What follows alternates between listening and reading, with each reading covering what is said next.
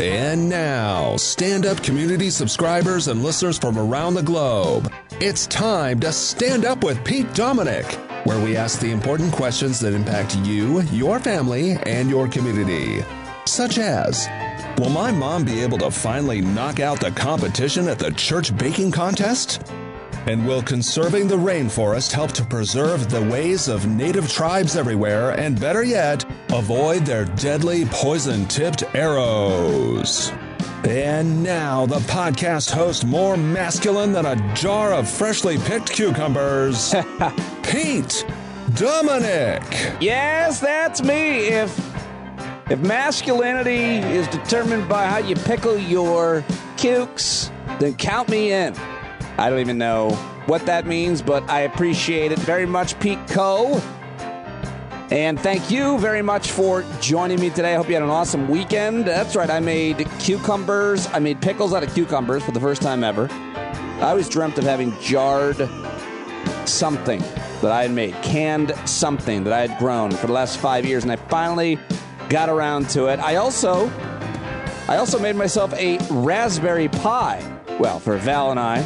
And it was pretty good. I did an all right job. I mean, I got a pre-made crust, so I'm not quite my mom yet. She's a master pie maker, or Tom and Leslie at Noble Pies, but I was pretty happy with the filling. I grew the raspberries myself.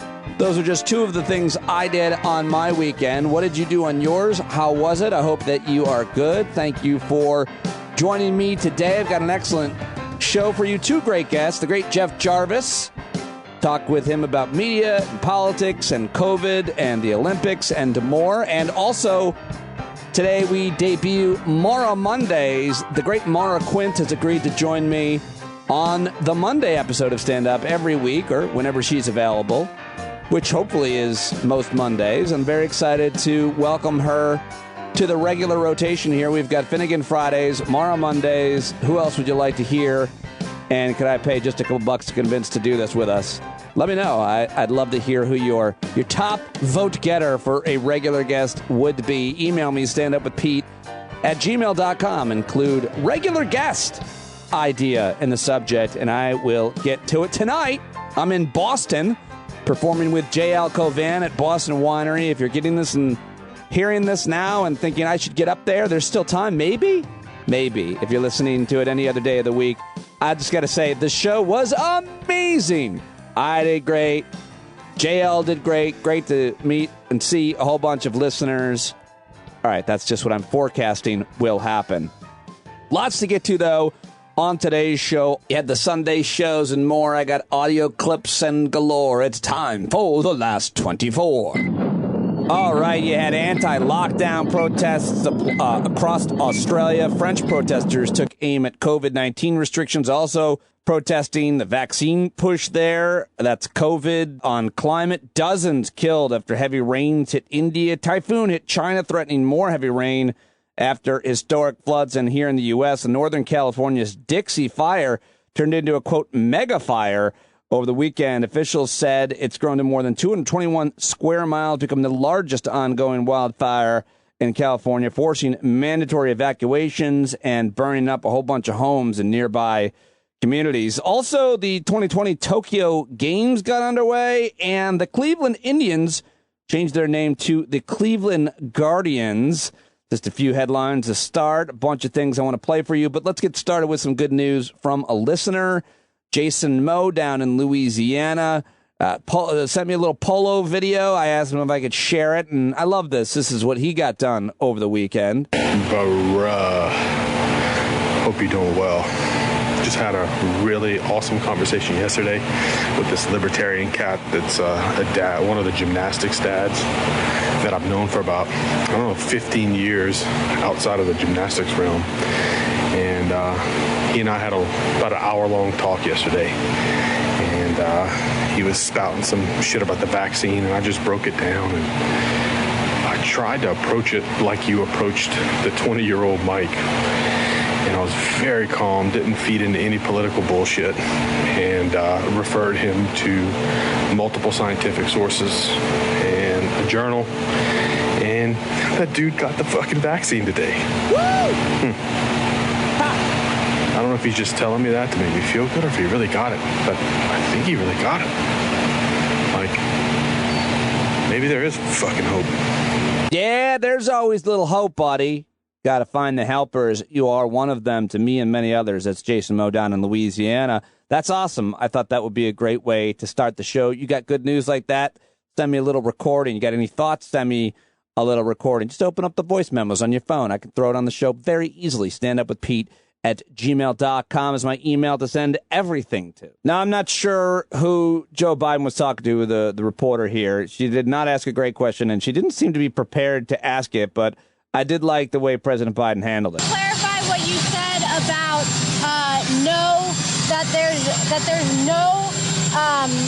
no one in the Democratic Party is anti-police. I know that you have said you don't want to defund the police. That is not the Democratic Party's position. Okay. I'm the Democratic Party. I am president. So is the Speaker of the House, and so is the majority leader. We are not defunding the police. And are there people in the Democratic Party who want to defund the president? Are there people in the Republican Party who think we're sucking the blood out of kids? I'm not sure. Are there people in the Democratic Party who want to... Are there people in the Democratic Party who want to defund the police? Sure, there's a couple of people who have said that, and that's a policy issue, and it's pretty radical, and there's not really much movement on that at all anywhere in the country. So he rebuts with, are there people in the Republican Party that think Democrats want to suck their blood? Yeah, a huge percentage of them. A huge percentage of them. Well done, Mr. President, right there. All right, let's head over for some COVID news. That's right, COVID news, everybody. Let's start with CBS's Face the Nation, where former FDA Commissioner Scott Gottlieb talked a little bit about the Delta virus and how, well, here he is. John Dickerson on Face the Nation, Scott Gottlieb. So when you use the word probably, it seems like the moment we're in, do we have a handle on this Delta variant in terms of how much there is? And some of the questions you just raised is a little bit more fuzzy than we might hope. Yeah, look, what we know is that the virus levels that you develop early in the course of the infection are significantly higher with this Delta virus than with the old strains. And that's why people are more contagious. That's why this is spreading more rapidly. But the other thing we know about this is that those virus levels go up very quickly. And that's why we think that the virus it's easier for this virus to overwhelm the immune system. So, for example, if you have a vaccine that you got 7 or 8 months ago and your antibody levels are declining, if you get this new Delta variant, it's easier for this Delta variant to overwhelm low antibody levels. And that's why we're considering whether or not some people might need boosters to increase their antibody levels. So we know that you have more virus on board earlier in the course of the infection. We know that you're likely to shed more virus. That makes you more contagious. It also makes it more likely that you're going to develop an infection from this new variant. More virus. You get more virus, you give more virus. It's a whole bunch more clusters of that nasty shit that you get in your respiratory system, and then apparently that you're able to spray out on some unsuspecting poor soul. And so that is Dr. Scott Lee breaking it down for you. Let's head over to CNN State of the Union, where Jake Tapper had Tony Fauci on. I call him Tony. He wants me to call him Tony.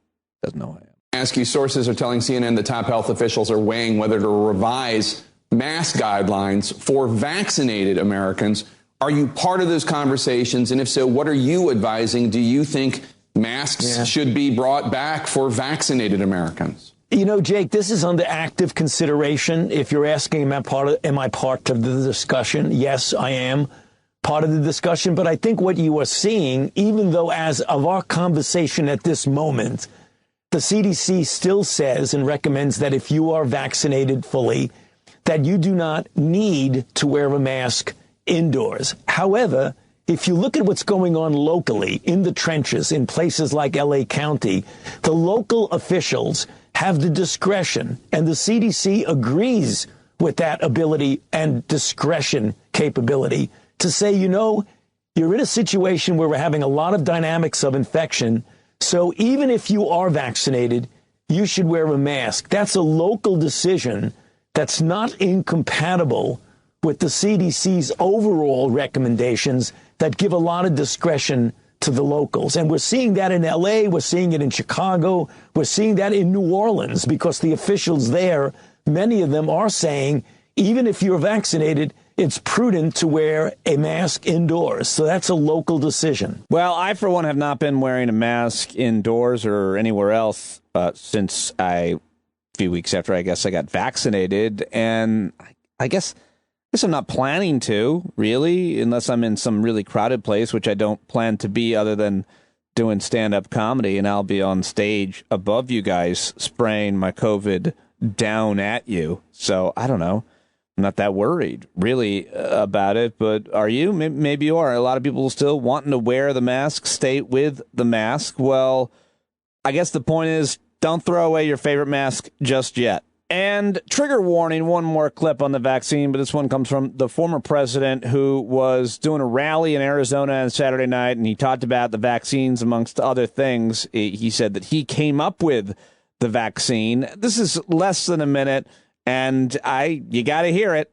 I mean, you don't have to hear it, but I think you should hear it. It was the worst 6 months in the history of the presidency. I don't know that that's true, but I would say it is. If you look at what's happened to the economy, how about the vaccine? I came up with the vaccine. They said it would take 3 to 5 years. Going to save the world. I recommend you take it, but I also believe in your freedoms 100%. But just so you understand, but it was a great achievement. It was a great achievement. And we're doing 1 million people a day. And then they said, we're going to put a pause on one of the vaccines.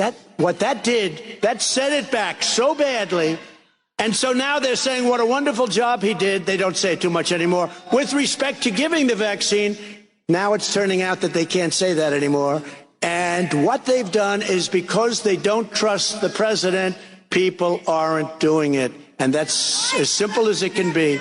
We did such an incredible job with COVID, with getting the gowns, the supplies, the ventilators, the mask, everything. And the press did nothing but kill us. Always the victim. Former disgraced President Donald Trump. Really excited to interview Phil Rucker and Carol Leonnig and their new book, I Alone Can Do It, about Trump's last year. That'll air, I think, on Thursday of this week. I'm set to talk to them on Wednesday. All right, more Trump coming up. I want to play some for Maura, who's going to join me later, so we can make fun of him together. But first, I want to play for you the governor of Alabama, who's fed up. Kate Ivey talking to a reporter, just exasperated with the citizens of her state of Alabama not getting vaccinated. This is pretty good stuff. What is it going to take to get people to get shots in ours? I don't know. You tell me. Folks supposed to have common sense. But it's time to start blaming the unvaccinated folks, not the regular folks. It's the unvaccinated folks that are letting us down. But as a leader of the state, don't you think it's your responsibility to try and help get this situation under control? I've done all I know how to do. Wow, conservative southern red state governors now pivoting towards trying to minimize, marginalize, shame, somehow label or generalize those who are still not getting the vaccine, the anti-vaxxers. Pretty big deal, I think. I also, before I wrap up COVID news, wanted to read for you a quick tweet storm from Harvard's Ajish Jha, who's a really smart guy I've enjoyed reading and watching and listening to. You've probably seen him on TV. He tweeted, "For much of winter, spring, I was very optimistic we'd have a great summer with few infections, deaths. Through June, things look good, but the situation clearly turned worse. There are 3 things that have turned out worse than I anticipated, so let's talk about them. Number 1, Delta turns out to be way more contagious than anything we've seen before. 2, vaccines. We hit a wall with under 50% of population fully immunized. And number 3, waning immunity. Still preliminary, but more breakthrough infections as folks get further out from their shots. Combination, super contagious variant, lots of unvaccinated folks, and more breakthrough infection sets up a vicious cycle in a few tough months ahead. We need to break the cycle. How? Public health measures, masks, reduced indoor gatherings, ventilation testing will help, but only one thing tames the pandemic durably: much higher levels of population immunity. How high? Probably 85 to 90%.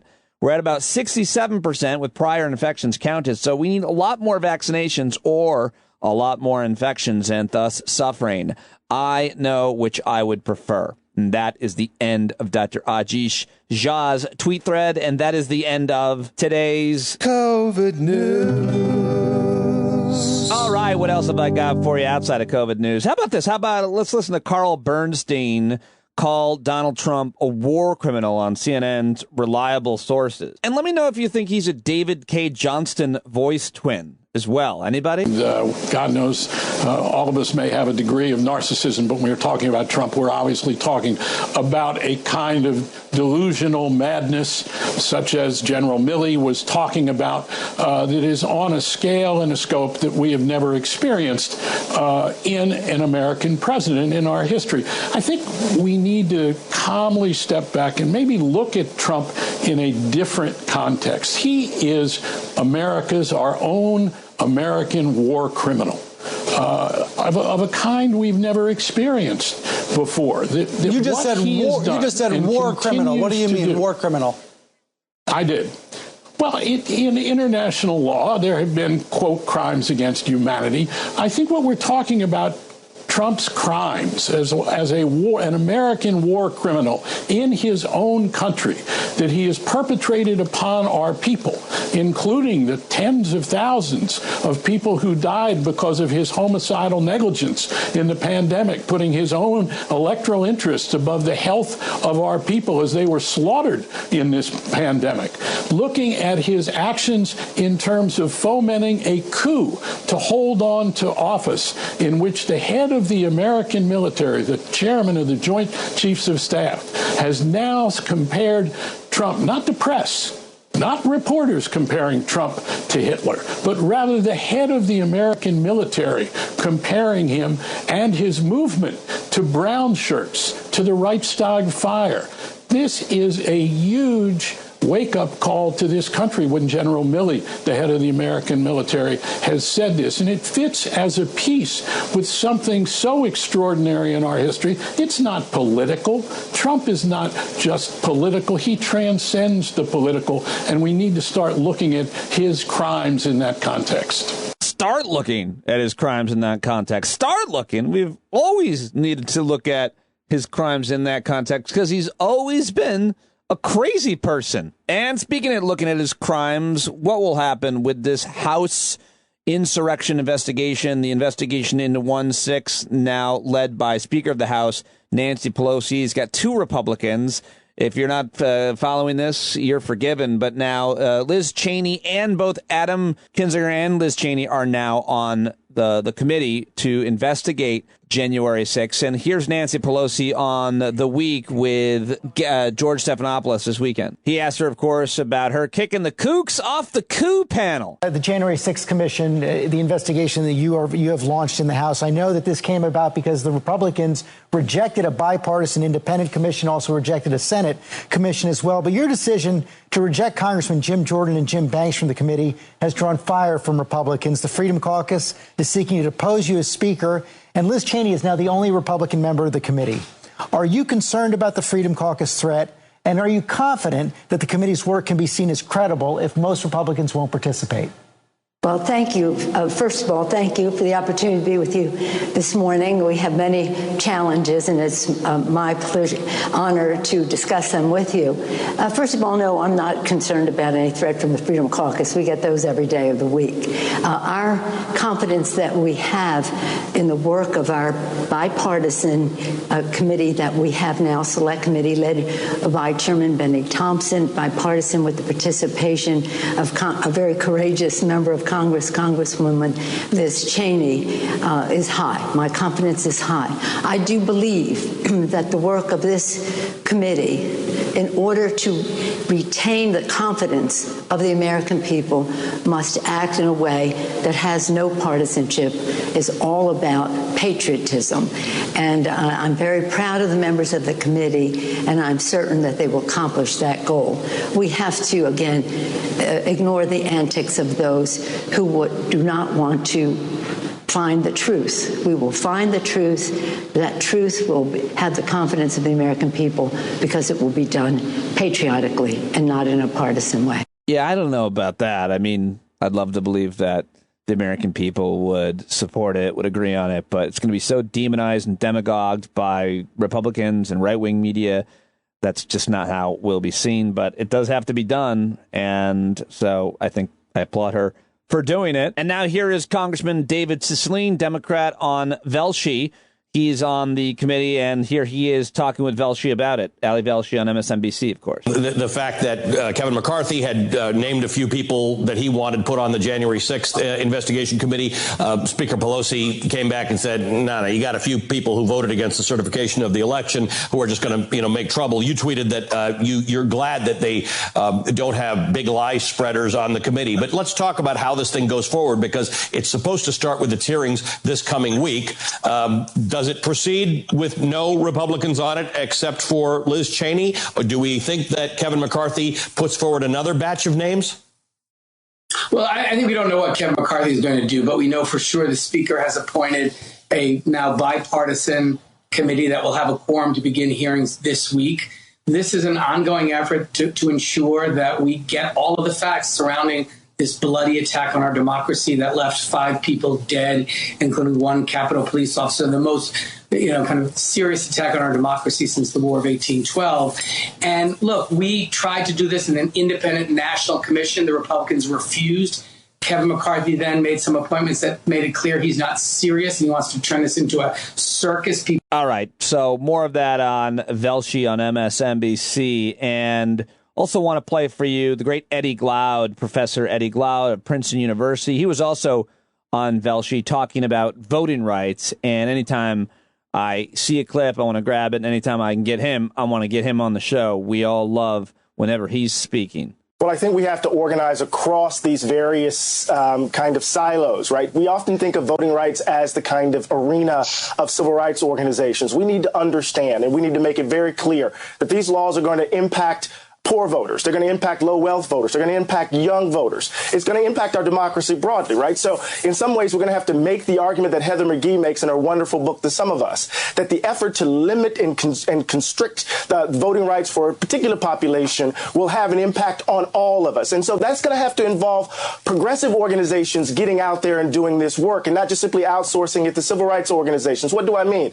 We have a history, Ali, in this country of having these parallel movements, free soilers arguing for free speech, free labor, and then not having anything to say about abolition. We have labor arguing for workers' rights, but not really arguing for civil rights until the mid-20th century. We have Occupy Wall Street, not really involved with Black Lives Matter, as if these things are parallel. So we need to have progressives, those who are fighting for 15, out there in the streets, those who are fighting climate, out there in the streets, arguing around this issue of voting. We need Bernie Sanders. We need Elizabeth Warren. Progressive voices taking the lead, making this argument so that everyone can see that this is not just about black folk. This is about us. Us, I think he said. I cut it off there. Eddie Glaude, what a rant. Love that. The intersectionality of different types of groups and movements working together for the cause of civil rights. I love that. I thought that was great. And just another reminder, I got to reach out and try to get him back on the show. All right.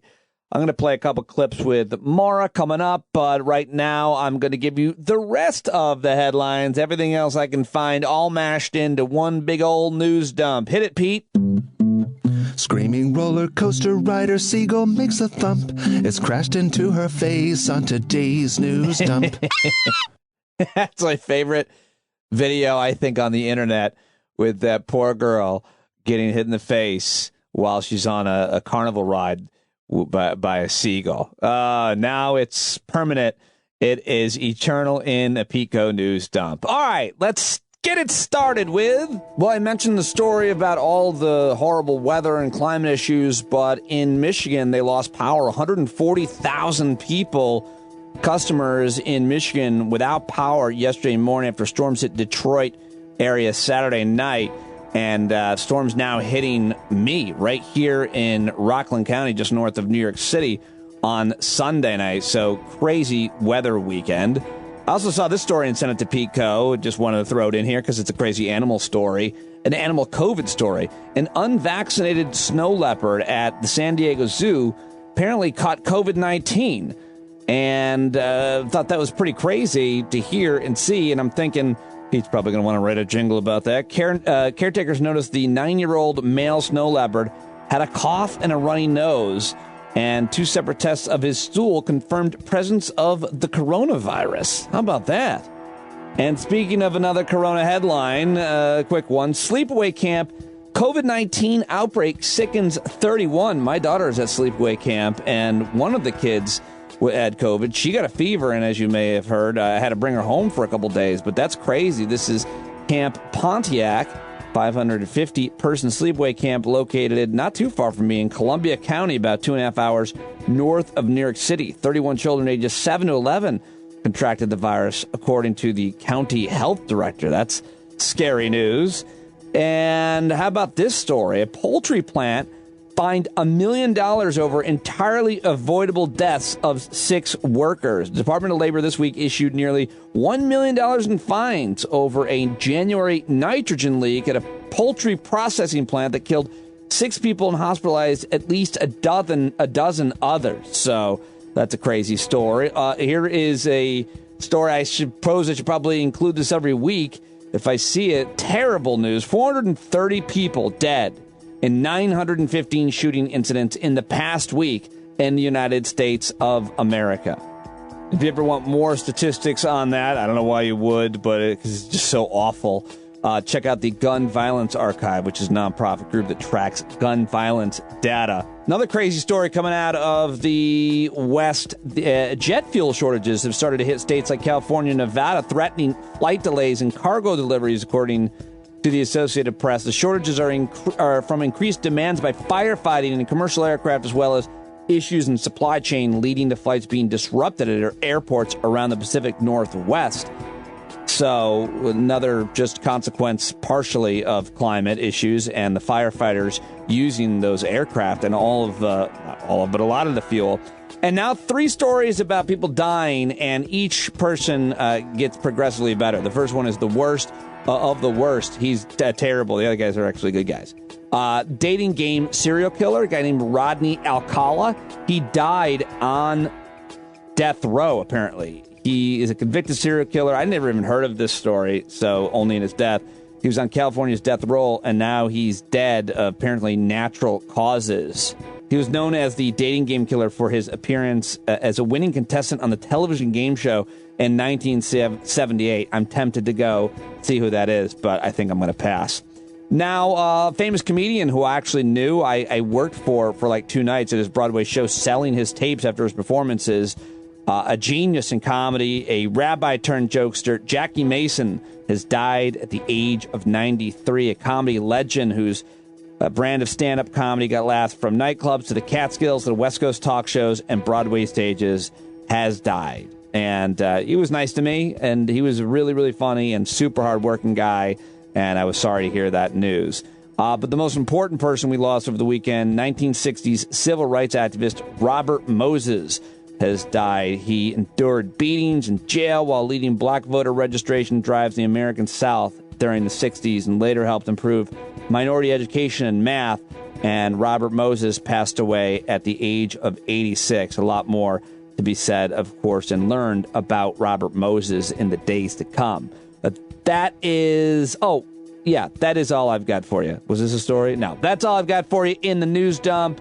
And now it's time to get to my guests. Coming up, as always, he's always an amazing guest. Love talking to Professor Jeff Jarvis about media, about politics, about COVID, journalism, technology, which is exactly what we did on today's conversation. But before that, I've got Maura Quint joining me, and it's Monday, so it's now Maura Mondays. I'm going to have Maura meet me and hopefully tape with me, I should say, almost every Sunday or over the weekend to join us for our Mondays. And now it's been suggested that we have Wajahat Wednesdays. David Campbell just suggested that to me, my good buddy down in Australia. He said, Waj Wednesdays. So Finnegan Fridays, Maura Mondays, Waj Wednesdays. Let's get it started. Give me your suggestions, send them over. But first, I have to tell you about Veriheel because, you know, I smoke weed or I take it every way I can. The gummies, they got tinctures and droplets and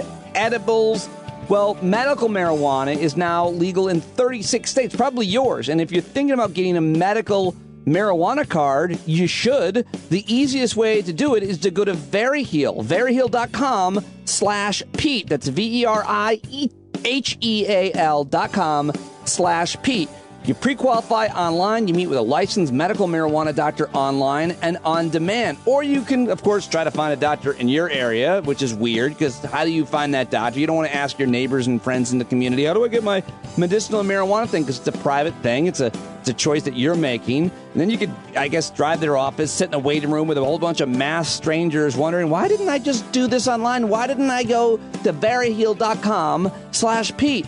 And if you do it on your own, you could end up paying twice as much. But with Veryheal, you'll save. And if, for whatever reason, you're not approved for your medical marijuana card, you will be. But if you're not, Veryheal gives you a full refund. You think you could get a full refund from a local doctor? No, you could not. You couldn't. So Veryheal's got a ton of great reviews from the 150,000 people who have already used Veryheal to get their medicinal marijuana card, including a whole bunch of listeners here. So pre-qualify online in less than 5 minutes anytime, 24/7. And, by the way, if you live in a state where recreational cannabis is legal, you still want to get a medicinal medical marijuana card to avoid paying those high, crazy taxes recreational users have to pay. You can also buy more, grow more, and possess more than recreational users, and you could be, I think leader was in my mind, because you could be a leader on it like me. Lead on cannabis. Go to Veryheal.com/Pete. Tell all your friends to go there too. That's where you got your prescription. That's Veryheal.com/Pete. Veryheal.com/Pete. Go now.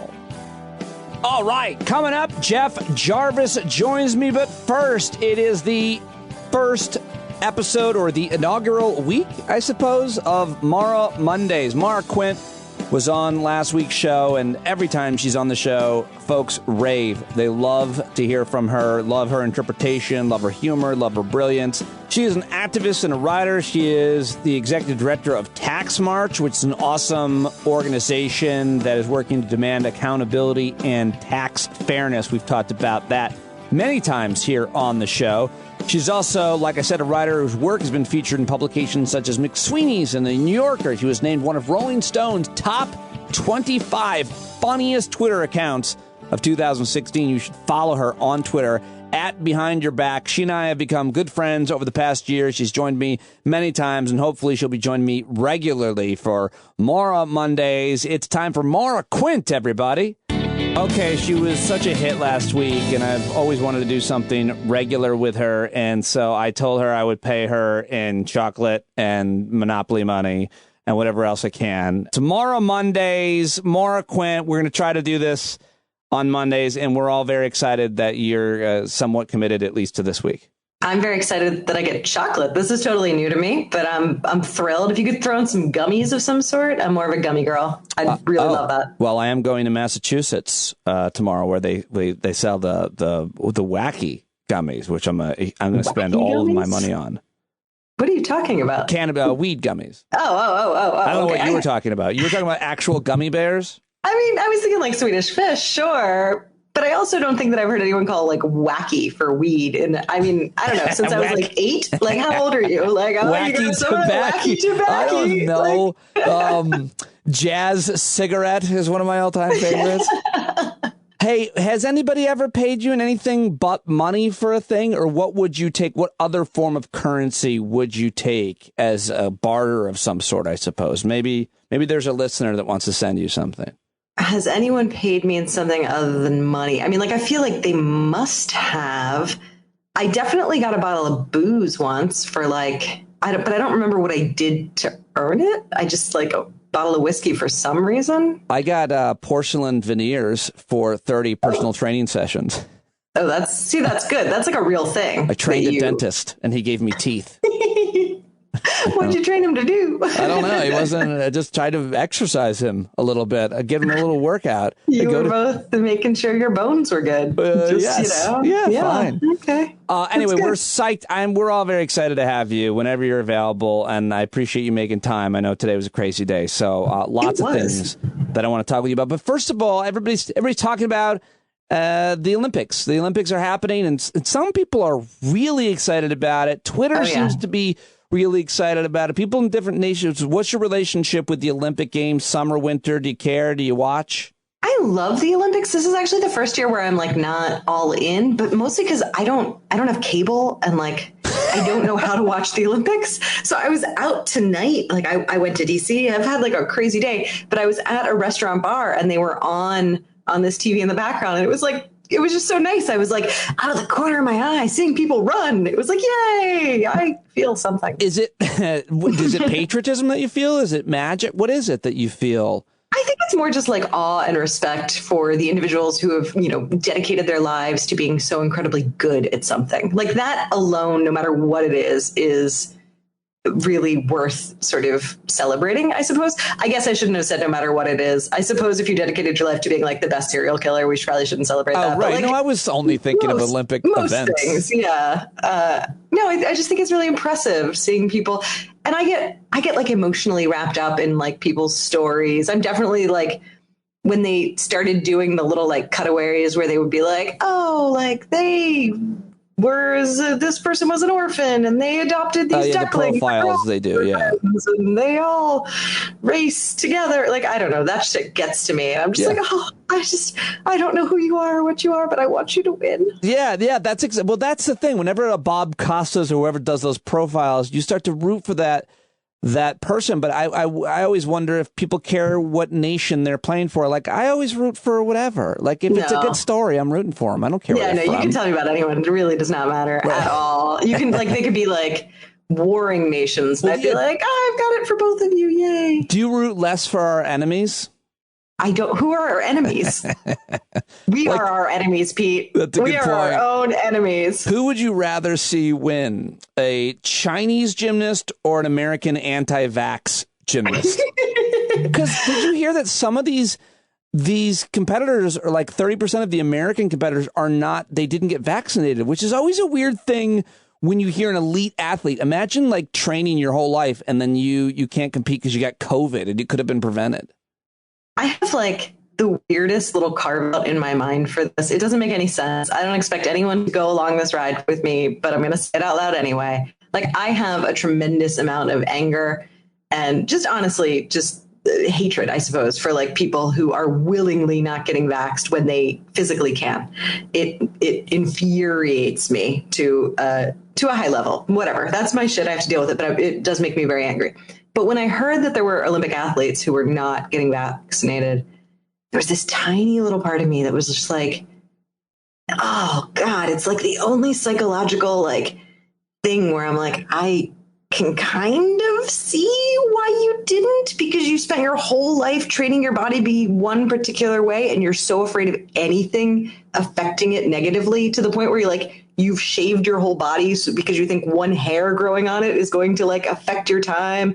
So this like terror that something you might ingest might affect your reaction. I don't know. Wow, it's not that I think that's true. Somebody is doing a back handspring to defend Olympic athletes not getting vaccinated.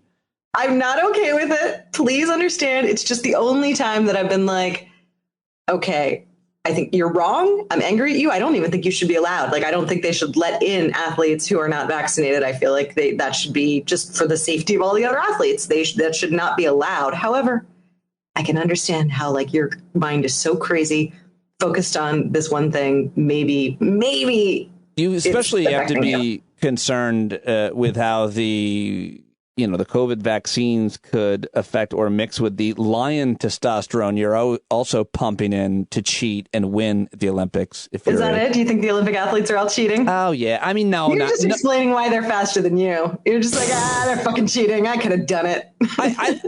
I'm 45. Like, at this point, I'm just excited to see like young skateboarders, because when I was growing up, I thought that was really, really cool. But I certainly never had any aspirations in any possible way, and I am jealous of these athletes about how good they are and how good looking they are. And we also hear a lot about how much sex they have, and I don't understand why that's a thing. Like, why is that a thing? Is it a thing because they're the most physically perfect human beings having sex with each other? Because I feel like we only hear about it during the Olympics and not other competitive.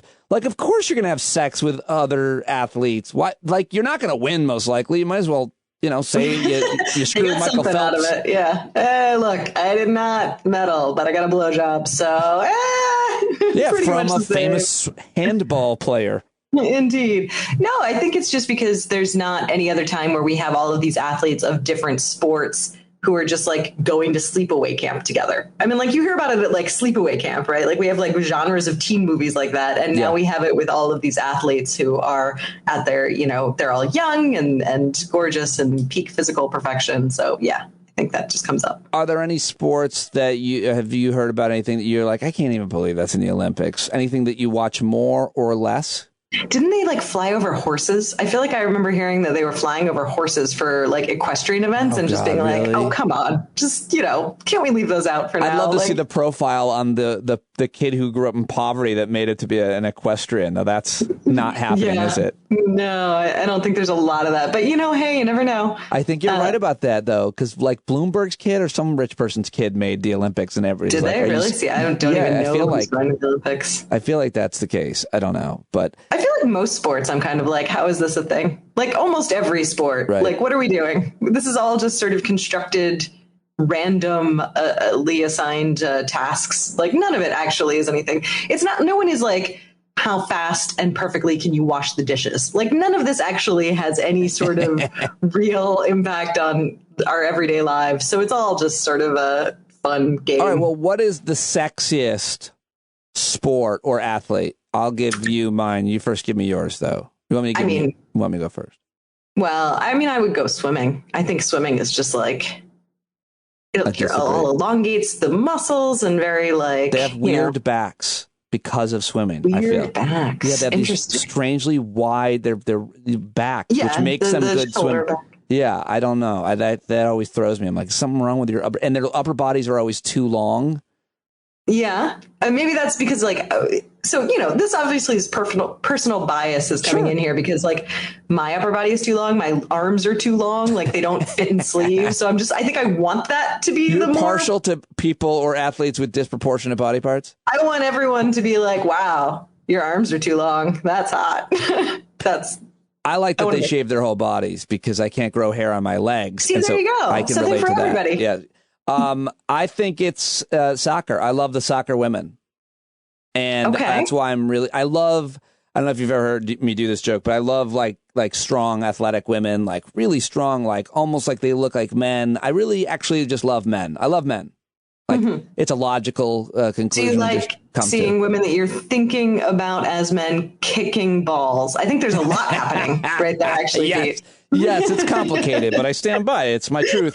But I'm pissed because both Trump got like booed the women's soccer team, and then on Fox and Friends they also shat on them and said they're not like role models. And I'm not sure why, but I think because some of them have been outspoken and kneeled during the anthem. I don't really care. I just am very defensive over the female soccer women. I've always been well, our women's soccer teams are awesome. They're incredible. We have amazing female soccer players. So yeah, we should be super proud of that. But I hadn't heard about them being booed. I mean, not surprised, though. Like, it's only really more of a surprise that they're not booing more athletes.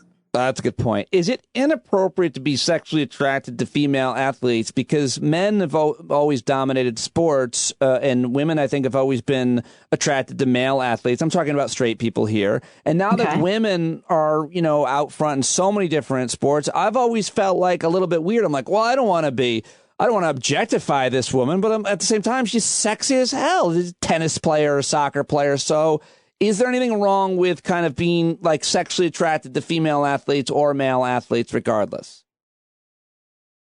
You are asking two different questions there. I mean, is it wrong to be sexually attracted? No, I mean, like you're sexually attracted to who you're sexually attracted to. Right. Like that's just a choice. That's not a choice. I just never got aroused at all watching sport. Like when I was growing up watching men play sports, there wasn't that component. And then once I started watching women, I was like, oh man, these women are hot.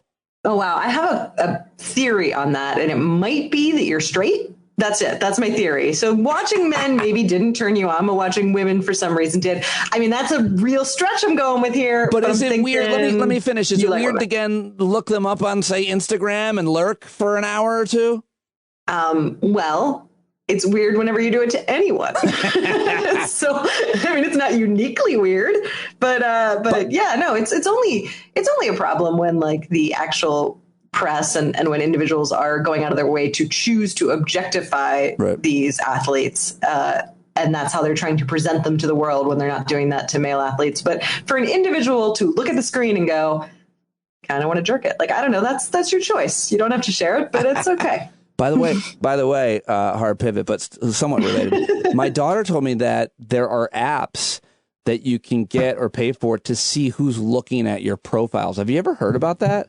No. I mean, I don't know why terrifying. you'd want to, because that would be nothing but terrifying, but I've never heard of that. If anybody knows, then let us know. Profiles like on any social media? I guess. Or just yeah, I guess she was saying that one of her friends like had a thing, and I was like, that can't be real. And if it is, who would want that? That's nuts. Yeah, I mean, only if you were like in a position where you were scared and you needed to track it down. Right, I mean, then it could be helpful, but otherwise just to know in general, no, I don't want to know at all. Exactly. Okay. Moving away from the Olympics, this week we saw a lot of headlines of people in hospital beds, et cetera, saying, I wish I'd gotten the vaccine. Mm-hmm. What are your thoughts when you see these photos or these interviews of people in hospital beds, having regrets, or these interviews of people in hospitals or of their loved ones who died? Like, how do you react to that? I'm not sure. I'm very mixed on it. Part of me is like, screw you. You get what you deserve. You should get the vaccine. Then my other part of me is saying, have some compassion. Yeah, I mean, this is one of those questions where you're asking me right now. It's late at night in this moment in time. I've had a really long day. I've got a very particular place where I'm like, don't say that, Ella. Don't say that. Don't say that. Yeah. This is going out to a lot of people. So yeah, I'm very split. That's the very mature way to put it. I have very disparate views on this, and they all sort of influence me at various times, and I hold space for these various. But definitely, like half the time it's just like, well, too fucking bad. Shut it up. Like, I will weep.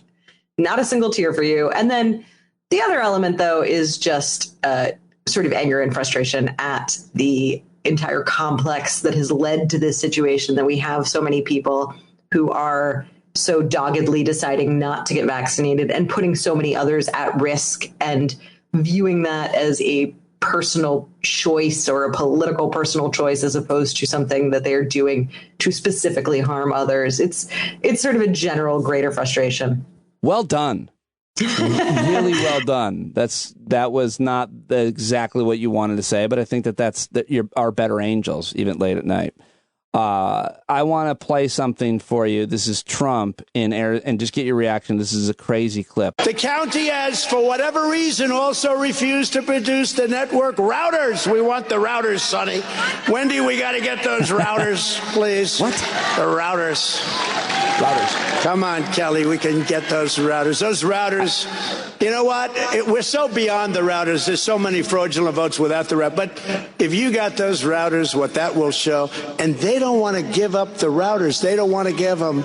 They are fighting like hell. Why are these commissioners fighting not to give the routers? How simple could it be? That will tell the truth. So, Maura, two things. I'm pretty sure he means servers, not routers. Okay, I was going to say, do I not know a meaning of router? It's possible. I watched that clip 400 times because I have no life. And I mean, a router is simply like a power strip.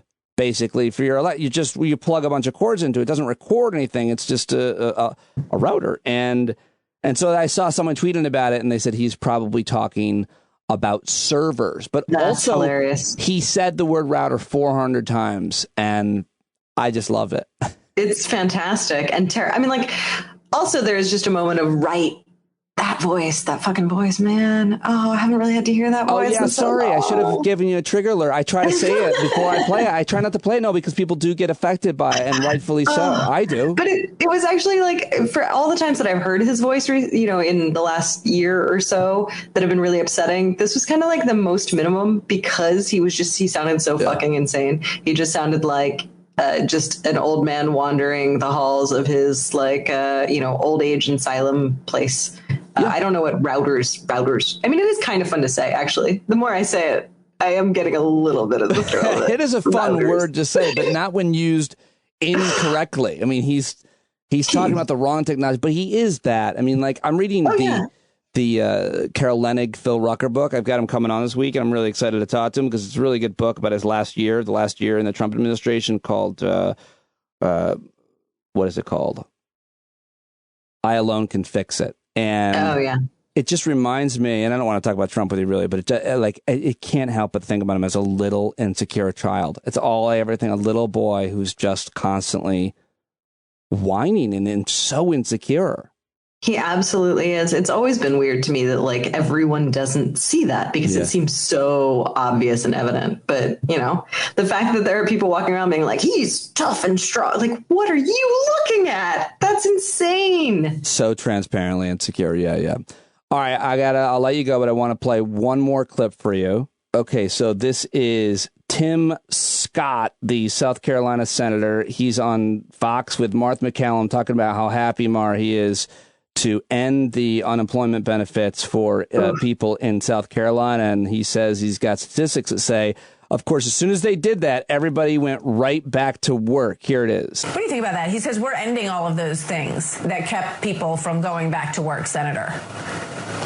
Well, they continue for several more weeks, except for in states like South Carolina, where we decided to do away with the enhanced unemployment benefits. And what happened to our unemployment rolls? They went down. They dropped precipitously. There's no doubt that adding more money, adding more benefits for too long reduces the number of people who will go back to work. Secretary Yellen said just a few weeks ago that, yes, we should expect inflation to continue to increase for the next several months.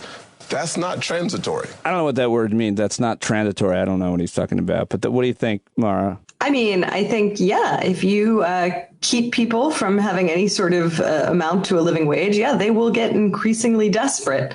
I don't know that that's something to be proud of or to necessarily point to as a win. You have, I'm sure, plenty of people taking terrible, terrible jobs and they can't afford their rent and they're getting evicted and they're in absolutely dire states. But, good for you, Tim Scott. I think it's ridiculous. Sad. And some people are saying he might run for president, which would be hilarious and bizarre at the same time. Yeah, I can't really see that one. Although, whatever.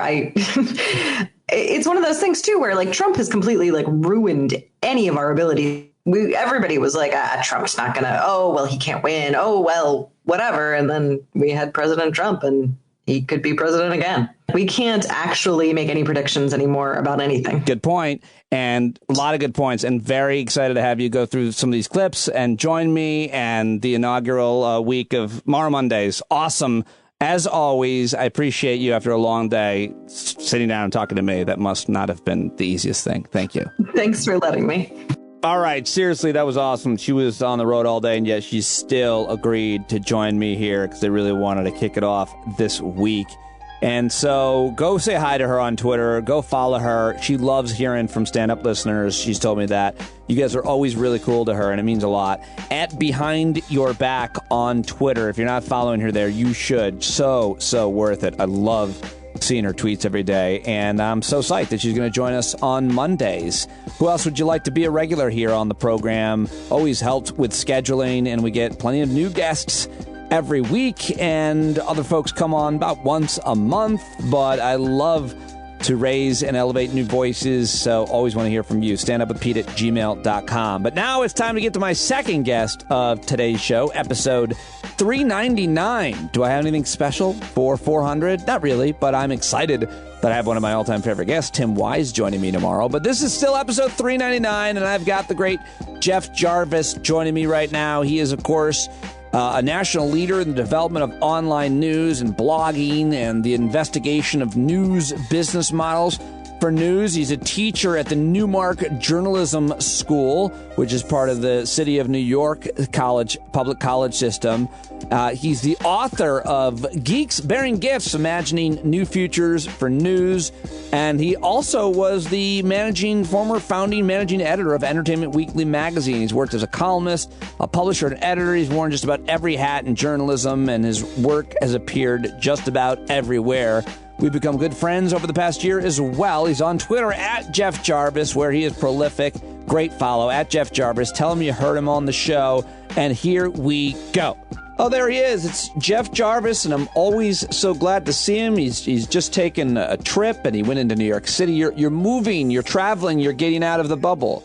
I'm not ready for this. I'm really, honest to God, not ready. What are you? Are you, or if you ever want to leave the he shed? Not really. I mean, I didn't really want to leave as much before. I've become kind of a homebody, and I kind of like it. And I don't love being in a car. I love being in new places and faraway places, even. But the getting there.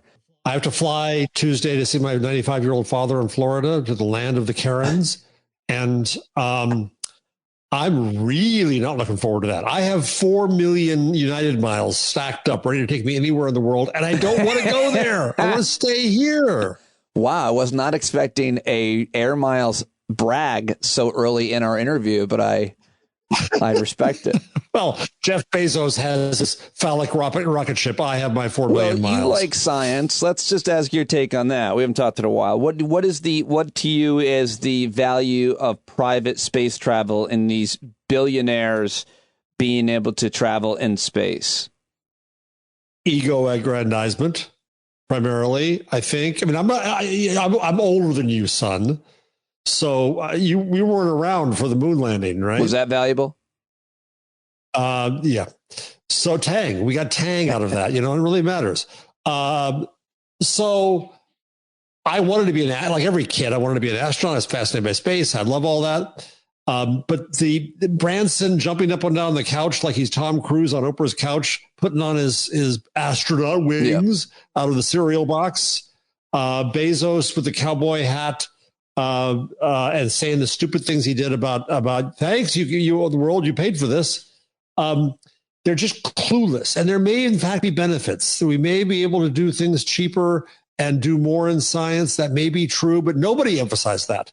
It was all just a celebrity, egotistical explosion. Yeah. And so I was somewhat offended. What did you think? Well, I didn't like any of it. I think, number one, I was surprised how controversial this was, but I tweeted a premise. I don't think anybody should have $1 billion fight me. That's where I start. Number two, I've never been that interested in space travel, and I'm so concerned about climate change. I read that there was more reporting by big newscasts, including the networks, on Bezos, and more recently Branson, than there was in one day, than there was an entire year on climate. And Chris Hayes led his ship. Right. Meanwhile, Germany and Belgium are flooding away, and the West Coast is still red hot, and China is flooding. And it couldn't be more real. The only thing I want to see is I want to send a black female astronaut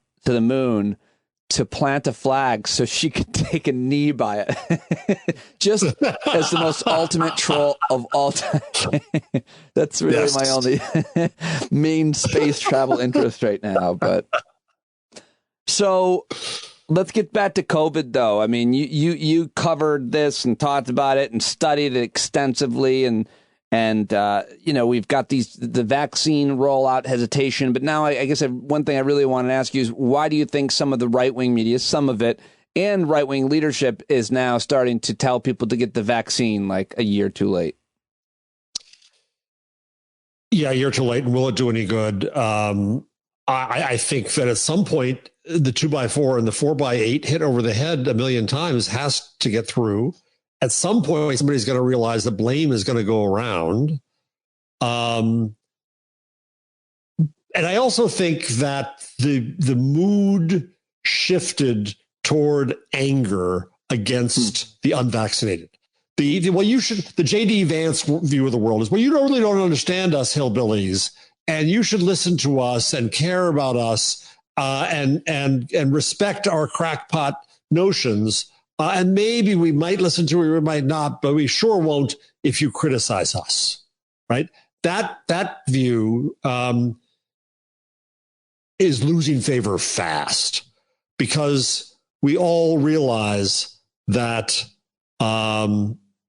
we affect each other. I just listened. I was going to mention this too when you popped in on my drive. I was just finishing listening to a book. I don't know if you know John Green. Yeah, no, very well. Yes.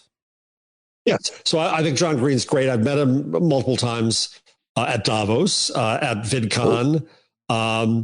So he has a new book out called The Anthropocene Reviewed, which I recommend highly. I think it's really excellent. It's as funny as he always is. It's filled with knowledge, trivia made useful, as is always the case with him, even in his videos with his brother Hank. But this is a book of essays out of the pandemic, in essence, and he talks about the vaccine and how in his dream he and his wife were going to cry when they got the vaccination. He said, I didn't, because I realized it wasn't about me. It was about all of us. And I saw somebody on Twitter yesterday, I forget who, all credit goes away, said that the vaccination now is like people deciding to be cliff divers on their own. If they don't get it, well, there's a cliff. And then somebody responded, yeah, but cliff divers don't grab the arms of the people near them and take them over with them. Exactly. And that's what's happening. So I think there's a general anger at the people who are unvaccinated and stupid about it and causing others to be sick. And I think that politicians, being politicians, saw there was a bandwagon to jump from and to. Now, whether Murdoch, I can't tell. Murdoch should, you know that Tucker Carlson would follow his orders. He should give him the order, cut this crap out. But he hasn't. Why do you think Tucker Carlson would follow his orders? Because Rupert pays the check. And, they got rid of Bill O'Reilly for much cause. And I think they'd be unlikely to fire Tucker. But Murdoch, in the end, is not necessarily loyal to anybody or anything. What I've been hearing is that everybody that works at Fox News probably has been vaccinated, and yet there are a lot of people on Fox News that are still skeptical of the vaccines or playing hard and fast with the facts, however you want to frame it. They're more playing hard and fast with emotions, right? Yeah. With anger. Yeah. I mean, we've talked about this often, but there's not a real belief system there, except being against. Right? You and I are for racial reckoning. They're against anything about race. We're for the environment. They're against the earth. We're for health. They're against that. Right? It's against for being against. Yeah. I mean, you're talking not only, though, necessarily about right-wing media, but seemingly Republican politicians at this point. I mean, there used to be a lot of policies that they fought for, and there still are, I think, but not nearly. A lot of every issue that we're arguing about, they're just against, it would seem. Yeah, this is why I get bemused would be too light a word. Every third morning when Joe Scarborough gets on and says, "Well, they're not really conservatives," and it so doesn't matter, right? He's trying to recapture his view of a Reaganite, radical Reaganite Republican Party. It's meaningless. It's completely meaningless. There's no belief system at work here. That doesn't matter.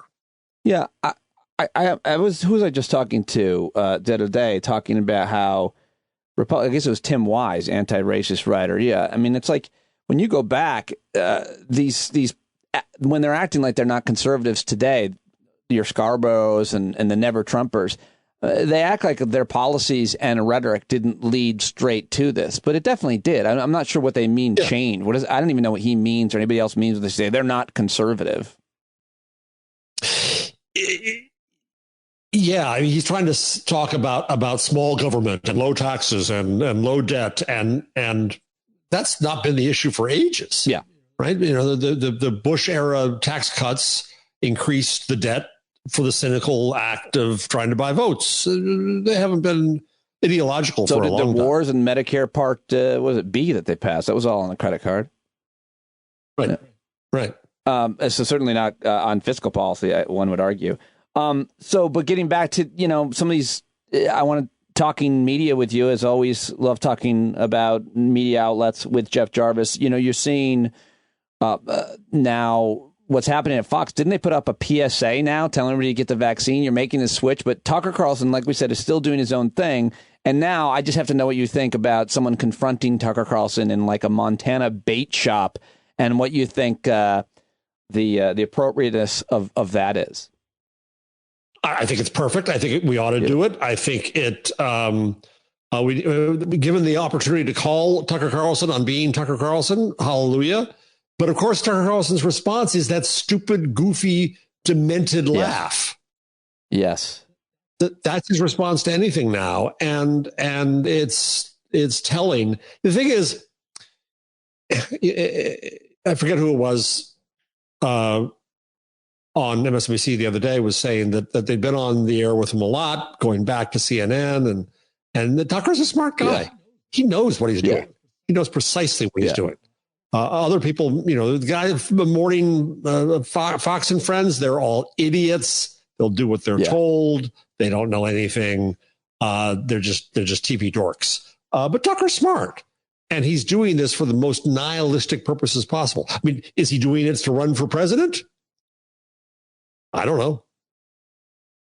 I know. Scrunch face. For those of you on audio, you couldn't see Pete's face. I have to think about that for a little while to see, how that would be possible. But it would seem that that's the direction that we're headed in. Although, I did also want to ask you, Fox News is Fox News and they're Fox Newsing, but then you've got these other outlets that are, further crazy. I'm not going to say to the right, to the crazy, OAN and Newsmax especially. What do you think is happening with them? I mean, it looks like everybody's losing ratings, losing subscribers as Trump is gone and COVID is not as bad as it was. But regardless, these are still networks that are, maybe gaining trust, or at least Fox News has lost trust and turned people to these networks that refuse to stop perpetuating, for one, the big lie. Absolutely. And they're still the Trumpist liars. And they're not economically motivated, right? They get their money from, or they're not motivated by classical media models of earning audience and advertising, right? They get money from people who want to bully pulpit out there to disrupt whoever they may be, with or without Russian accents. I don't know. If you go to RT. So we're trying to judge them in a reality that isn't their reality. They're not competing on the same level as CNN and MSNBC. They're off in their own wacky world, and their point is to be wacky. That is the point.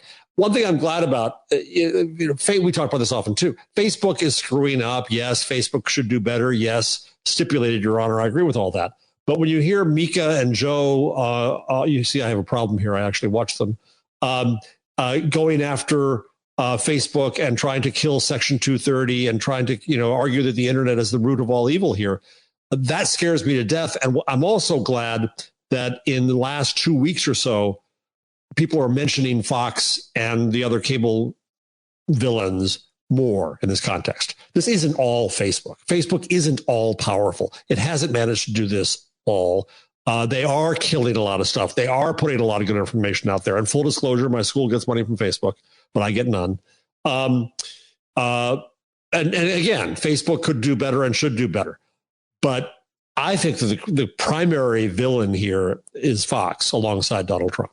When you mentioned Facebook, and I was going to ask you about it, the other day, Biden, and he had to walk it back. We said Facebook is killing people. He walked it back, and he talked about there's just 12 people, and I forget the statistic off the top of my head. I should have my notes here, but there's 12 people perpetuating a vast majority of the misinformation and the conspiracies about COVID, specifically, I think it was, on Facebook. How hard is it for them to clamp down on those? You're seeing now that people are using different kinds of covert language to get around some of the Facebook bans. Pfizer is pizza. Yeah. What is it? Pfizer is pizza and the clever code they have. Oh, really? Yes. What can should Facebook be doing more? What can they do? If it's only 12 people, it would seem like it wouldn't be that hard to just delete their accounts or ban them or whatever. Yeah, I think they could. And that's fine. And I agree they should. They should be doing more to get rid of them. The issues from Facebook's perspective, they're setting a precedent. They're constantly worried. They think in algorithmic terms, even if the algorithms don't do it. They want rule sets that 30,000 human beings can follow. And as people change, is pizza now a bad word? Well, then some idiot will kill any reference to pizza anywhere on Facebook, right? So that's the problem they have. And it's stupid, and they're smarter than this, and they can get over that. But even if tomorrow you shut Facebook off, you shut it off. The world is no better. The problems have not gone away. There's other places to go. There's first, as we just said, there's Fox and OAN and RT and so on. But there's other networks people will go to. There's other ways people will get stuff out. There's other idiot politicians and idiot TV people out there. And there's Sinclair and there's AM talk radio. And there's lots of other places where this stuff will ooze out. It's simplistic. It's like Klobuchar and her latest effort at regulation, trying to make an exception for Section 230 that about health misinformation. Well, that's problematic. If we just talk about it at that level, that's problematic because at the beginning of the pandemic, it was misinformation to say that masks would help prevent the disease, and then it wasn't, right? As science learns more. So, and I don't fault anybody at the beginning days. I too, with the early days, said I don't think masks are going to do much, but I don't know anything about a scientist. Then the research came in and said, yeah, it makes a difference. So when is that misinformation and when is that information? Or you deal with the Wuhan lab leak theories. I don't think it's true, but there's a little bit of could be in that. So what's in misinformation and what's not? And do we want Facebook to be the arbiter of health misinformation? Upon what basis? With what expertise? So it sounds like it's easy. Get rid of these 12 people and everything's okay. But it's not. That kind of oversimplification is what's leading to the simplistic interventions in the internet brought on by a moral panic where you always have one folk devil you can go to. It's always somebody's fault. It's Facebook's fault. It's the fault of these 12 people. Or in my case, it's Rupert Murdoch's fault. I do it too, right? It's no one single cause. Those are root symptoms of much deeper problems in our society. What do you think, if anything, will change those who have yet to get vaccinated? You're tweeting about these people who get sick and they'd been skeptical of COVID-19, this conservative radio host in Tennessee. We all saw this clip last week, many of us did, about a guy in his hospital bed saying, I still won't get vaccinated. Don't ram it down my throat is a phrase they always like to use about things. But at this point, we are seeing some people start to change their mind. But is there any person, if Trump comes out as he did the other night and said, I think you should get vaccinated or you don't have to, I don't care. Is there anything, do you think, that can be done when people start seeing more people dying in the places that are unvaccinated? I'm not sure if they hear those statistics. Have you heard anything, read anything, seen anything that you think will help make a change to these people that are the last remaining holdouts, all, of course, in deep red Trump cult areas? I think, and we'll see, and there has been a pickup in vaccinations very recently. I think it's when Uncle Joe dies and Uncle Joe says, I wish I'd taken it. Maybe you listen to Uncle Joe. So that's one. A lot of people call Biden Uncle Joe, and I thought you were talking about him. And I was like, why do you think Biden has to? Uncle Tom. No, that doesn't work either. Uncle Jim. Jesus. Uncle Jim. Do you have any? Aunt Sally. How's that? If Aunt Sally. She makes cookies. It's a major cookie brand. What's wrong with you? Oh, right. I got cousin Pete. Fine. Cousin Pete says, I wish I had. I think that might make some difference. I think the NFL actually makes some difference. I tweeted this the other day, and there must be some naivety at work in my head, but I wonder why insurance companies haven't come out and said, God damn it, take the vaccine, or we're going to raise your rates. And why are they going to companies and saying you should require all your employees to be vaccinated? And if you don't, we're going to raise your rates. I had this. Is it because they want people to die? I had that. Why have we not heard their? I had that thought too. And the only thing I could think of is that somehow the government's picking up the bill for COVID-related illnesses or something. But that's no, they're not. They're for the vaccines. Yeah, then but I don't think then they should treat not getting vaccinated just like smoking or not wearing your seatbelt or whatever else they. Well, they do. They still, if you go into the hospital with a head injury from a car, they'll still treat you.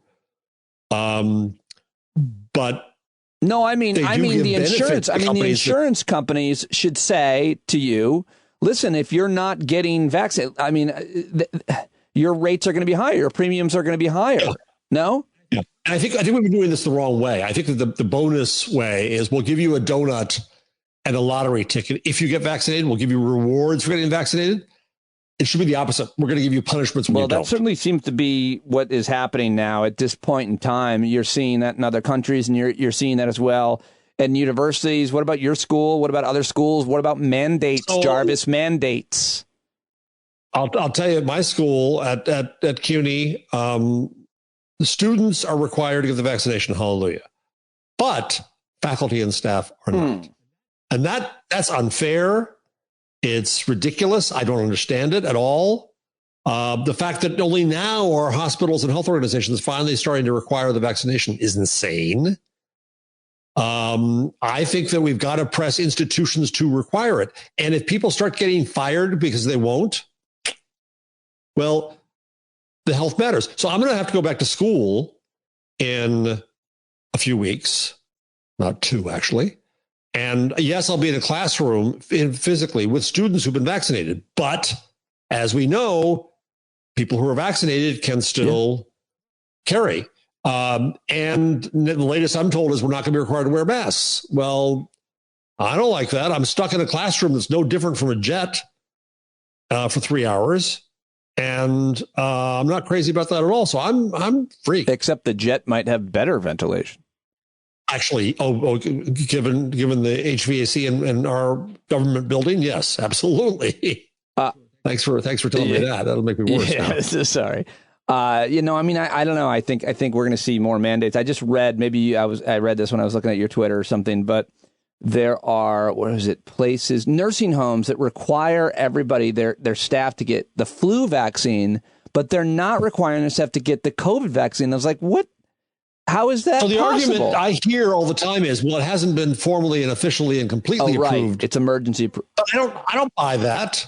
I don't think there's any legislation that says, somebody in the audience can point out I'm wrong, and there's some liability risks there that I don't know about.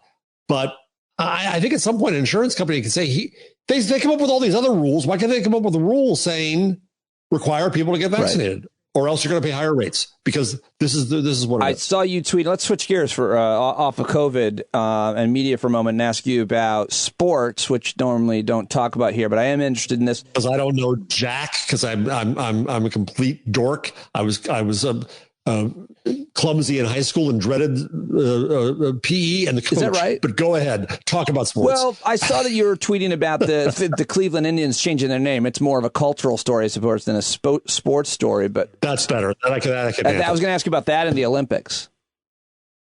So the Cleveland Indians, I didn't know this, and I used to have to go to Cleveland on business all the time, that the Guardians name people were making fun of is actually a reference to the Guardians of Transportation, these pretty wonderful statues on a bridge. Now, Guardians of Transportation is a pretty ridiculous concept. Like, I'm the guardian of trucks. It's pretty absurd, but fine. The statues are cool, so I'll take the name. I think it's okay. And now, do you think, well, while we're on that, do you think that the other Native American related names should change? Well, my understanding is that there is a lot of divide in tribal communities themselves about that. And in terms of some are obviously worse than the others. The depiction is worse. Seminoles, if it's after the tribe, then it's not as bad, but then the depiction is worse. But my understanding is that within tribal communities, there's some divide over that. So I don't, I think they're bad for the most part. Yeah, I pretty much agree. I don't think they were all badly intentioned, but we've got to deal with current sensitivities. I saw with my I'm trying to relearn my German that I didn't pay attention to in high school and college. And I read a column by a former editor of Die Zeit, which is kind of the Economist of Germany. And he was in German. If you're a fare beater, it's Schwarzfahren, it's black travel. Right. And so there's an effort to the transit agencies no longer call it that. So this guy had a typical old white guy response. Well, we have to rename the Schwarzwald the Green Forest now? And he was going berserk on this, right? And I tweeted it with minor translation. And I think we see Germany that far behind us there. But language changes, sensitivities change. And so, yes, I think that even if the Chiefs was a well-intentioned name, probably best to change it. So the Olympics. Yeah, the Olympics. Are you watching? I mean, I haven't watched, I don't think more than a minute or two. I watched a little water polo the other night, which is fun for a minute. I watched a little volleyball, which is fun for a couple minutes. I watched beach volleyball, which, depending on who's playing, is fun for a few more minutes. I filed a story about the gender inequities on the uniforms with Norway, and that's and then I noticed, and maybe again this is back to your because I was just preparing to talk with you. Maybe you had tweeted about this, but that the U.S. Olympic Committee has not mandated vaccines for their athletes, and then obviously the whole. It's a huge controversy in Japan itself. Public opinion there is overwhelmingly against them even hosting the Olympics, apparently. So, no, what about you? How much are you paying attention? Do you think about it? What do you think the big concerns are here? The Olympics lost their glow for me a few games ago, right? And you were at the original. The athletes. Yeah. I used to be able to say the hair was prematurely white, but I can't say that anymore. I did cover the LA Olympics, so that I am that old. In fact, I was sent there by People magazine because I was the only newspaper guy on the staff. And so if there was a terrorist attack, I would know what to do. I wasn't there for the sports. I was there for the blood and gore should it occur. Wow. Yeah, I'm not enamored of the Olympics. And that doesn't mean that I'm not going to watch Biles. I'm going to try to watch the tapes because she's phenomenal. I think it's a once in a lifetime opportunity to see her talent. And Naomi Osaka on tennis, I want to watch because I think that's so important. And some other things like that, but I don't much care. By the way, I've always hated opening ceremony. Why? I can't do folk dance. I just can't do it. Symbolic folk dance of memes of I've never gotten into too much about it. I do like certain sports and certain athletes, but yeah, and certainly I had my friends in Australia woke up early to watch the opening ceremony with their kids, and I was like, I'm good. I don't know. I guess I can see its appeal to a lot of people, and I certainly love the idea of the Olympics bringing nations together. I just don't love that we have to then compete. And I'm also like rooting for whoever. And that's the same way it is for sports with everything. I'm like, I don't really care. I'm not on the team. And I don't have this necessarily this national pride. As a matter of fact, I'm usually rooting for the underdog no matter who's playing. So if there's only one swimmer from Tunisia or one gymnast from Ireland, I'm like, hey, let that person win. They only got one person on the whole goddamn team. We have $1 billion budget. We still aren't that good at this sport or that. Are you a fan of any professional or college teams? Yeah, a little bit. Yeah, a little bit. I grew up in Syracuse, so we always rooted for Syracuse University and everything, but not crazy like. And again, I don't care really. I'm not on the team. No, I agree, and I think to get all of your emotions tied up to somebody else who's doing all the work. Right, that too. Right, it's a bit odd, though. So I'm in a tennis family. I'm the clumsy dork who can't play. But we all watch, and we're great Roger Federer fans. So, I can certainly admire the artistry and the talent and the intelligence that goes into it. And so I enjoy it for that far. But beyond that, find me the snack bar. Find me the snack bar. Let's use the David Plouth tweet to pivot to the final subject I wanted to talk with you about. He tweeted, just get fucking vaccinated so we can move on to debating whether we remain a democracy or not. You shared that, and I love that. And that is what's next here in our conversation. I mean, first of all, the 1/6 Commission, I think we can start there, talk a little politics, which is that this week, Nancy Pelosi, I guess she surprised people when she kicked insurrectionists off the investigation looking into an insurrection. What did you think of that whole circus? I think it was preordained. I think she had to. If she hadn't, I would have been pissed at her. Yes, wouldn't you? Yes, I think she had to. Yeah. For Jim Jordan to be sitting there derailing it, no. And again, the beauty is they had their chance to control half the committee, right? So they really put themselves in a position. Well, they'll whine anyway, but and they'll do it on Fox News, and there'll be no attention paid to it on the side. But their whining is even more illegitimate than ever. I think she did right. I'd be curious is there one retiring besides Kinzinger? Is there one more retiring Republican representative who might have the courage just for once and last moment in life to stand up for courage? I don't think so, but it would be cool if there were. There were just one. Where's that crossover to say enough? There's only two of them, and they're both on the. Did you hear who is looking to primary Liz Cheney now, and apparently is leading her in the polls? Every one of these possibilities. Did you hear who it was, though? Yeah, but I can't remember it. It was a sample of. It was a specimen of COVID. Oh no! Yeah, no, I didn't hear that one. Yeah, it's leading in a poll with Republican voters in Wyoming. They prefer an actual vial of COVID over Liz Cheney. Well, I was surprised even by that, Well, the question is then, is a virus alive or not? That's a knotty question itself. I don't know. Bacteria, yes. You could elect a bacteria perhaps, but a virus, all I don't know. Is that they put a bow tie on it and took a picture of it, and it's out polling Liz Cheney. You ask a good question, though, about retiring members and what is the Republican Party even going to be left? And here's what legacy do you have as an individual?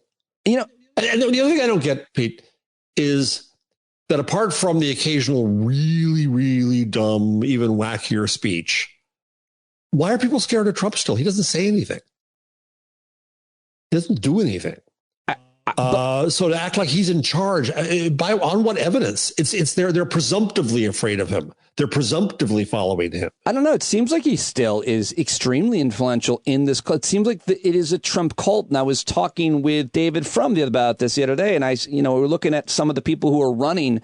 I think you might have mentioned J.D. Vance earlier. Like, they don't say, as they used to, strong conservative Republican values. They say, like, within the first sentence or even on their Twitter bio, like, Trump approved, fully support the Trump agenda. They don't say conservative or America or Republican. They still say Trump. It's a brand, and it seems to work. They do. And I don't think we've delved in enough to understand, to use the Donnie Deutsch term brand, to understand what that means. I think I know what it means. To cut that apart. I think I know what it means. It means white. Right. Yeah, it means everything that he kind of represented, the way that the kind of person that he is and what he represents. He's a fighter for them, all that bullshit, but it definitely just really means white. Yeah. It would seem. It does. So what do you think in terms of, the voter suppression, the Texas Democrats taken off, and where we're at? What's your biggest concern about the midterm elections and specifically the future of democracy in America? Scared shitless? What more is there to say? All that together. I think that the efforts, my idiot colleagues in media who presume that the election is lost even without the voter suppression because in the midterms after a presidential election, blah, blah, blah, blah, blah, as if we always follow the rules. We didn't in the last midterm election. In what we showed, this can be different. And it demotivates people to get out and organize and vote. And that scares me to death. The voter suppression stuff scares me. The courts scare me. And so there's a PTSD involved, right? We thought we knew the problems weren't over with the defeat of Trump, but thought we could at least take a breath. And there's just no oxygen to be had. What do you find about the mood? If you were to mark the mood of your guests since January, how would you show their biorhythms? That's a great question. Hard to evaluate, but I think there continues to be a level of relief that you don't worry hour to hour, that you're not addicted to this drip, drip, drip of concern when Trump is in office. And I'm reminded, by the way, reading I Alone Can Fix It. I've got Carol Leonnig and Phil Rucker on this week, and I'm really excited to interview them. But it's just like, it's about the last year of his presidency. And so I guess the answer to that would be there's still a certain sense of we made it through 4 years of Trump, but wow, he still has a lot of power. And, the vaccine is not, has stalled and COVID is still here. And they've got all these voter suppression efforts, not to mention it would seem that even if we were able to pass legislation and get rid of the filibuster, the courts still might have something to say about it. So there's a certain sense of peril and hopelessness, I would argue. I think that you hear. Yeah. And when we're not, and I say this as an old white man who's come, late in life to learn more, we're not dealing with the core issue sufficiently, which is race in America. Right. And it's become, and we're allowing the right once again to set the agenda. So we argue about critical race theory rather than arguing about racism. Well, I agree with that, except for I break that down to in your own town. So the conversation has now come to the district that my daughter's. Yeah, really? And that means it's everywhere. It doesn't, not that we're not even a progressive bastion, but I'm saying where there is any kind of diversity, you're going to have this. And yeah, parents are terrified, and they prevented a project, a Black Lives Matter project like that students did. It was actually leaked by the police, local PBA leaked a child's project that it was nothing. It was harmless, created a major controversy. The school district ended up preventing them. Well, the kids themselves said, we don't want any part. We don't want a controversy. But the point is, it's everywhere. And so I think that we have to talk about it, unfortunately. I mean, you're right. They've owned this conversation. They created CRT as a thing in schools, which it's not. But now we're talking about not learning basic history about the Civil War, slavery, the origin of war. And you're hearing Mike Pompeo's and others, and Trump saying, teach patriotic history, whatever the fuck that is. So I've been thinking a lot lately about memory. I'm thinking about a project. I haven't talked about anybody about this. I may not do it. So what the hell I'll talk about with all your thousands of guests. Curious for your thoughts on this. So I want to go and spend some time in Berlin and contemplate memory there. What I've always liked about Berlin, I've been visiting since the 70s, is that it all its scars are visible. Right. You see the Holocaust, you see the wall, you see the Stasi, you see the Nazis, you see the war. You see all of this out there, and you judge it. And I'm not just talking about memorials and statues, but in this country where we're finally getting around to tearing down the statues of slave owners and racists, where we have not yet built memorials, except for the lynching museum, to our shameful history, where we're arguing over curriculum, we're arguing over cancellation. And I'm not saying Germany's done it right, but they've had more to deal with. And I'm just curious to think about, this country has not grappled with its history and its memory. Right. And thanks to Nicole Hannah-Jones, in great measure, we are starting to, and she's suffering the brunt of the backlash to that. But until and it's what our mutual friend Eddie Glau Jr. always says so brilliantly on MSNBC, is we've got to recognize that this is us. And we haven't done that yet. And we're a long way from that kind of reckoning and that kind of realization. And until we deal with that, Trumpism just becomes a one-word catch-all for everything they're afraid of. What do you think you would learn in Germany? Which, by the way, if memory serves, you had it was one of your final trips, and it was canceled right when COVID broke out. That's right. It was, yeah. I don't know, and that's why I might not do it. But I'm going to put in a grant request. It's one of those things. They may not let me do it, but I think that there's something around the everydayness there that, I remember walking by one time a spot, and I wandered in just kind of minutes later. Oh, this is where people who tried to kill Hitler were assassinated. And then I went to the Stasi headquarters tour, and I saw a high school class there, obviously probably required to do it, with the teacher talking about that history. And they have to reckon with things there because it's Germany. And we don't so much. So that's what I'm curious just to compare. Is there any benefit to that? And I, having survived the World Trade Center attack on 9/11, I'm actually of two minds about this. I think what we tend to do in this country is we make a place sacred. I was at the World Trade Center on 9/11 and obviously survived. And in the discussion about the memorial space, and I submitted a memorial proposal because it was kind of cleansing for my soul to do that.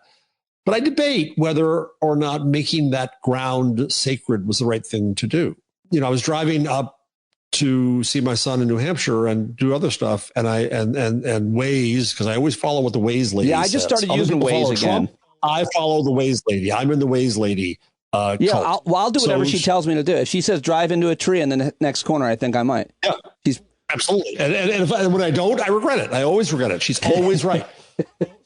So she took me off of 84 for some construction or something and through Newtown.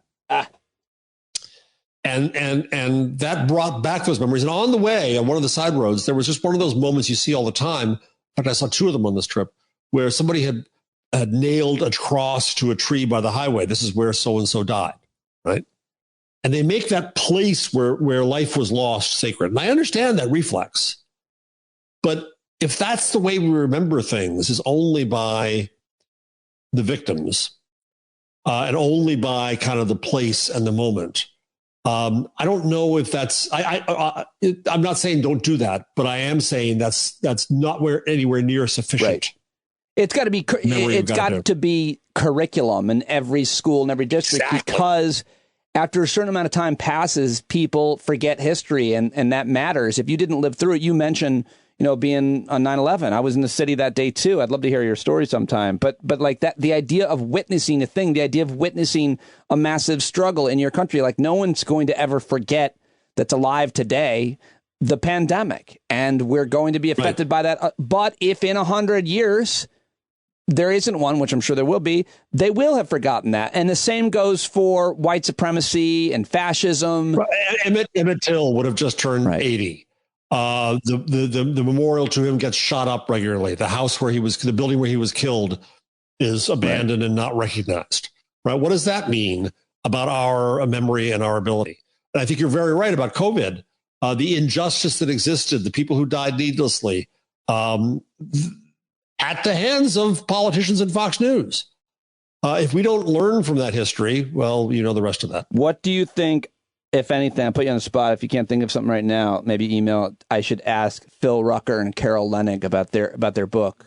I'll probably be their 7,000th interview by the time they join me. They're doing a good job, though. They're out there.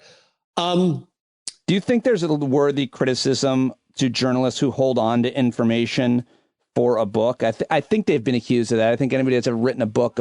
I think Woodward was far worse because his timing could have been better. He knew stuff earlier than they did, and in time to have still made a difference. On Trump and his book about Trump, and yes, and to have made a difference with impeachment, for example. So I think in their case, they were the period they're covering is a bit later, and their reporting is a bit later, though they were covering it live.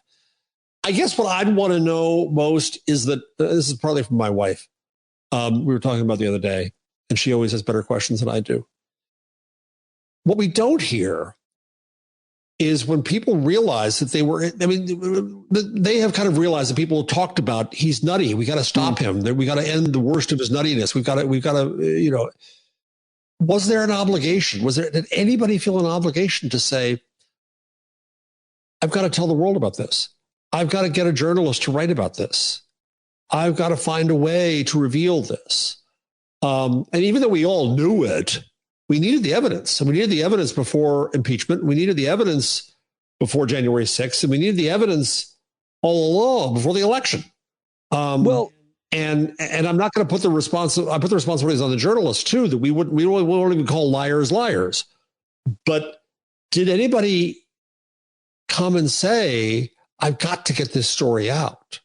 That's a great question, and I will ask them that. But my answer to that is, sometimes if you see something bad happening, you say to yourself, well, I got to say something or else more bad things will happen. And then you say, but if I do, something bad might happen to me. But in this case, if you came out publicly, and even if you didn't, he would find you, and you leaked information or you said something, it wasn't a possibility. Donald Trump would personally destroy you and your life forever. I mean, he's got a wake of dead reputations. And then that becomes, of course, dangerous because his people are nuts. And so the answer is, if I say something, I will be targeted for life. Okay, so that's a thing you one up. Not the case with almost any other thing you've ever done, because that was his thing. He would go on Twitter and he would call, it wasn't the case if you were the whistleblower at Ford or a pharmaceutical company or any other political apparatus. So that's a fascinating dynamic for them as journalists. right? And they know that, and they're savvy about that, and the sources they would have had been savvy about that. And if they had drinks with one of those sources, and that source says, Carol, we got to get this story out, but I'm scared. I got a family. What's the responsibility of the journalist to make that story come out? What's the responsibility to protect the source? What does that do to the credibility of the stories? Because evidence means witnesses. Yeah, that's a really interesting question because the journalist knew how nutty he was and we wouldn't say it. Why not? Why not at the time did we talk about his clear dementia? Or sociopathy. Sociopathic, right? Pick your diagnosis. Yes, I shouldn't diagnose correctly. All right, I will ask them that, and I appreciate you letting me ask you all these things. It's so great to catch up with you. It's always been a pleasure, too long. Friend, Thanks always. for joining me today. I really appreciate it, sir. Thank you. All right, another great conversation with @Jeff Jarvis, and thank you to him. Go say hello and thank him for joining me, as well as to Maura Quint for joining me here on Maura Mondays, the inaugural week, and veryheal.com/standup. Go get your medicinal card. It's Pete Coe on the jingles and the intro.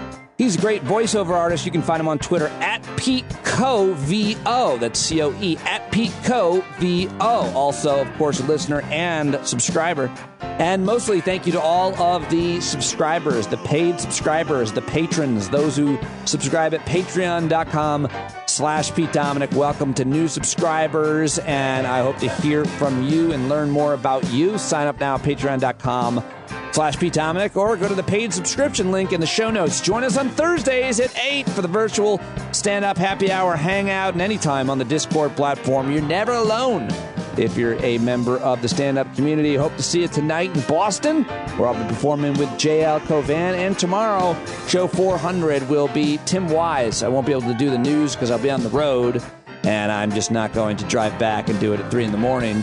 But I do have Tim Wise on tomorrow. I'm very excited about that. And always look forward to hearing from you. So reach out, connect with me anywhere that you can.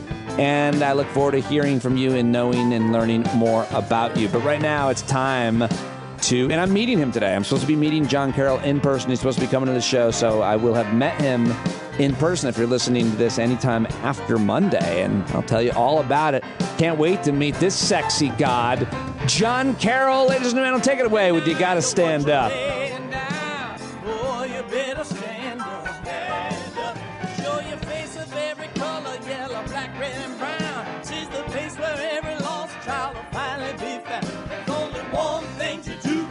Stand our ground, and then stand up, stand up. Well, the founding fathers saw a land for all. They had to stand up, they had to stand up. They had a keen imagination for a crystal ball, drawing all the plans of stand up. But all they had to go on was the time they were in, with other causes for laws, and since they weren't even sin, they knew that change was gonna come before the change could begin. They had to stand up. All right, they had to stand up. We got to stand up. We got to look the devil square in the eye. We gotta let him know it's his time to go, and make it clear when all we hear is a lie. Why you lying awake wondering where the money all went? It'll be the cost of freedom that'll go unspent. You can see him flee the scene of that experiment if you stand up. All right, we got to speak up, we got to reach up and raise your voice in every way you know how. Don't be toes up, you got to show up. Ain't no better time to do it but now. No need to pledge allegiance to no wanton tribe. Rise up, show obedience to the voice inside, and listen well and it'll tell you not to run and hide. It says stand